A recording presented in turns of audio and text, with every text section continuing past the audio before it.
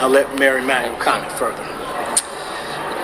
One thing is, not only do I support the hard work of our police officers, the defective units, but I'd like to remind everybody, a grand jury indicted this individual based on only a piece of the evidence that the police had collected in that period of time. So a grand jury actually brought the charges. I think on two things I'd like to say, or three things I'd like to say. One, on financial costs, this $10,000 doesn't even come close to what the city spent in resources to actually look over the camera, gather all the data, gather all the information that actually brought the indictment by the grand jury on many, multiple different charges. Second is what I would call the ethical costs. And the ethical cost is, you have as a person who was in the House of Representatives when we tried to pass the Shepard legislation that dealt with hate crimes, putting them on the books, that President Obama then signed into law, to then use those very laws and the principles and values behind the Matthew Shepard hate crimes legislation to self-promote your career is a cost that comes to all the individuals, gay men and women, who will come forward and one day say they were a victim of a hate crime, who now will be doubted. People of faith, Muslim or any other religious faith, who will be a victim of hate crimes. People that of all walks of life and backgrounds, race, ethnicity, sexual orientation. Now this casts a shadow of whether they're telling the truth, and he did this all in the name of self-promotion. And he used the laws of the hate crime legislation that all of us collectively over years have put on the books to stand up to be the values that embody what we believe in. This is a whitewash of justice. A grand jury could not have been clearer. To then say, not only is the cost, $10,000 doesn't come cost financially, but all the other repercussions of this decision it made, to me, where is the accountability in the system? You cannot have, because of a person's position, one set of rules apply to them, and another set of rules apply to everybody else. In another way, you're seeing this play out in the universities, where people pay extra to get their kids a special position in universities. Now you have a person, because of their position and background, who's getting treated in a way that nobody else would ever, sorry about that, don't get near, I'm doing near my sermon here, that would ever get close to this type of treatment. Our officers did hard work, day in and day out, countless hours, working to unwind what actually happened that night. The city saw its reputation dragged through the mud, but I remind everybody it was not just the officers' work. That work, a piece of that work, was shown to a grand jury, and they made a decision based on only a sliver of the evidence.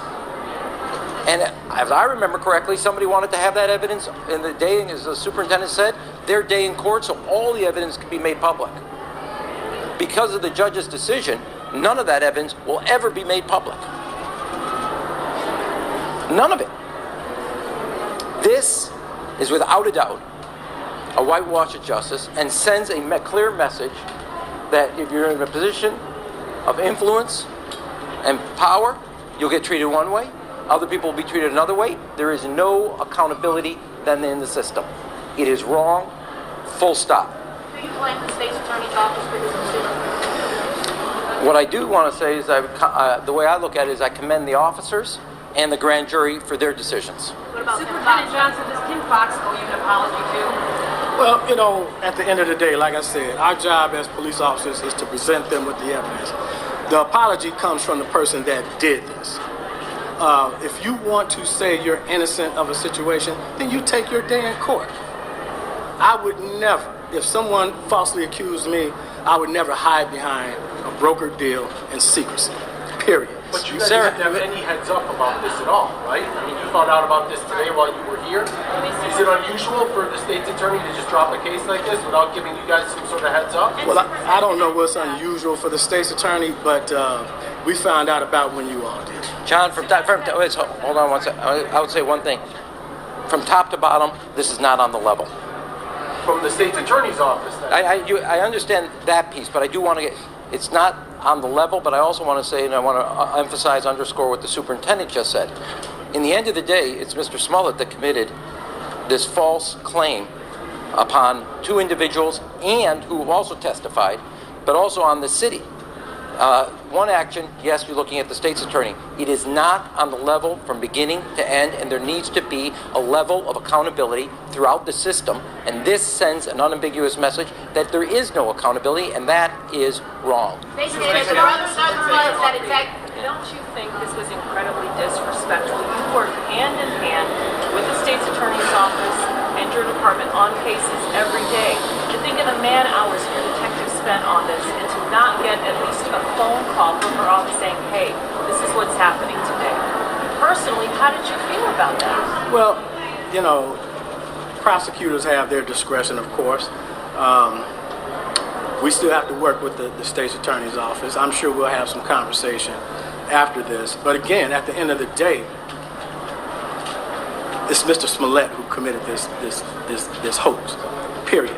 If he wanted to clear his name, the way to do that was in a court of law so that everyone could see the evidence. You all know what the bond proffer said. You know, we all know what it said. So, you know, I stand by the facts of what we produce. If they want to dispute those facts, then the place to do that is in court, not secret. I want to... Sarah, I want to say one other thing. Mr. Smollett is still saying that he is innocent, still running down the Chicago Police Department. How dare him? How dare him? After everybody saw, and I want to remind you, this is not the superintendent's word against his. The grand jury, a sliver of the evidence, and they came to a conclusion, as did the state's attorney's office. This is not the superintendent and the detectives department word against his. And even after this whitewash, still no sense of ownership of what he's done. He says that, in fact, he is the wronged in this case. This is an unbelievable, not just whitewash of justice, this is a person now who's been let off scot-free with no sense of accountability of the moral and ethical wrong of his actions. From top to bottom, not only disparaging the name of the city, but then I cannot stress that in a time when you have people bringing a moral equivalency in Virginia between bigots and those fighting bigotry, then you have a person using hate crime laws that are on the books to protect people who are minorities from violence, to then turn around and use those laws to advance your career and your financial reward. Is there no decency in this man? So what's the